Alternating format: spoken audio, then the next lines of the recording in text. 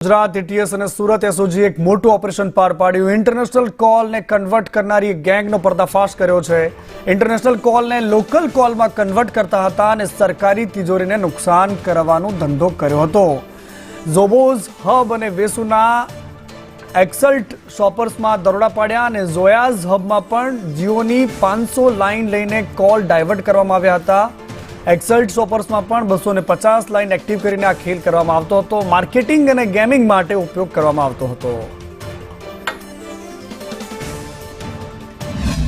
देशनी सिक्योरिटी साथे चेड़ा करवानो मोटो पर्दाफाश एटीएस અને एसओजी द्वारा करवामां આવ્યો છે। सूरत शहरना अराजन અને વેસુ વિસ્તારમાં एटीएस અને एसओजीએ संयुक्त रेड કરી અને આજે કોલ ડાયવર્ટ કરવાનો ગોળક દંડો છે તેને પકડી પાડવામાં આવ્યો છે। સુરતના અરાજન વિસ્તારમાં આવેલા આ જ વિસ્તારમાંથી एसओजी અને एटीएसએ ગઈકાલે રેડ કર્યો હતો। ઇન્ટરનેશનલ કોલને લોકલ કોલમાં डायवर्ट करी अने सरकारी तिजोरी अने सरकार ने मस्त मोटो चूनो चोपरवानो पर्दाफाश एटीएस अने सूरत एसओजीए कर्यो छे। इंटरनेशनल कॉल होय छे तेने लोकल कॉल में डायवर्ट करी देता हता। एटले इंटरनेशनल कॉल क्यांथी बी विदेशथी करवामां आवे तो नंबर छे ते इंडियन नंबर ज शो करे। आवा कॉल ने ट्रेस करवानुं पण जे कहेवाय के अघरू होय छे। त्यारे सूरत एसओजी अने एटीएस ने बातमी मळी हती अने बातमीना आधारे आ कॉल सेंटरनो पर्दाफाश करवामां આવ્યો છે। બે જગ્યા પર રેડ કરવામાં આવ્યા છે અને સિક્યુરિટી સાથે સીધે સીધા ચેડા કહી શકાય, કારણ કે આ પ્રકારના કોલ છે તે ટ્રેસ નથી થતા, જેને લઈને